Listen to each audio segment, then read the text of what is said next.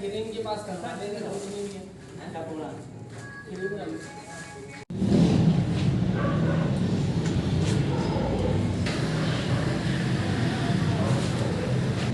बिस्मिल्लाहिर्रहमानिर्रहीम।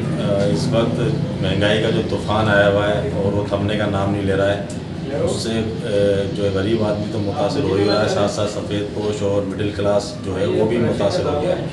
और आटा इस वक्त जो है बुलंद तरीन सतह पर है। तारीखी 1300 रुपये का 10 किलो आटा हैदराबाद का भी जो भी वो बिक रहा है और उस पर भी अच्छी क्वालिटी नहीं मिलती।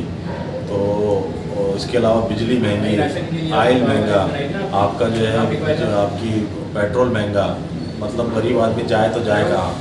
तो ये हुकूमत जो है बजाय रिलीफ देने के आवाम को जो है अपने केसेस माफ़ करवा रही है।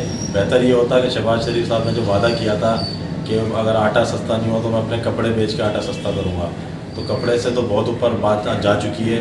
बजाय इसके कि आप कपड़े बेचें, आप अपने लंदन वाले फ्लैट बेच दें, मेहरबानी करें। और शुगर मिल जो आपकी पंजाब के अंदर हैं उनको बेचें, और जरदारी साहब की जो सिंध के अंदर जो है उनको वो बेचें, ताकि आवाम को रिलीफ मिले। और अब जो है आवाम को जिस तरफ ये लेके जा रहे हैं वो आखिरी मतलब जो जिसे कहते हैं कि खूनी इनकलाब की तरह अल्लाह ना करे हमारा मुल्क जाए। जब इंसान के पास खाने पीने को कुछ नहीं होगा तो बताएं वो क्या करेगा। तो इस सिलसिले में हम छोटी सी एक कोशिश हमने की है और हम उस काफ़ी टाइम से उसका डेटा जमा कर रहे थे कि हम जो है रिलीफ दे सकें लोगों को। रिलीफ किस सूरत में दे सकें कि आटा उनको जैसे अभी 1300 रुपये का रेट है आटे का 10 किलो का, तो हम उसको 750 रुपये का देंगे। और आयल की थैली इसी तरीके से 1 लीटर वाली हम सब्सिडाइज़ कर रहे हैं अपने तौर पर।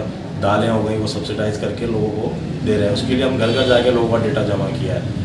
तो लेकिन ये सिर्फ मेरे अकेले करने से कुछ भी नहीं होगा। इसमें हम चाहते हैं कि जो लोग हैं अपने तौर पर वो भी अपने गिर्द के लोगों का ख्याल रखें, ख़ास करके सफ़ेद पोश लोग जो कि किसी के आगे हाथ नहीं फैलाते, जो भूखे सो जाते हैं, फाके करते हैं पर किसी के आगे हाथ नहीं फैलाते, उन लोगों का ख़ास तौर पे ख्याल रखें। लाइनों में नहीं लगते वो लोग।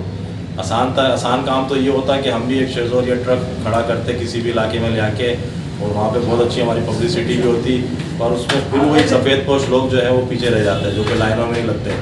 और आम जो दूसरे लोग जो होते हैं, ख़ास करके जो दुकानदार इस तरह सस्ती चीज़ें ख़रीद लेते हैं। यूटिलिटी स्टोर का भी हमारा यही हाल है।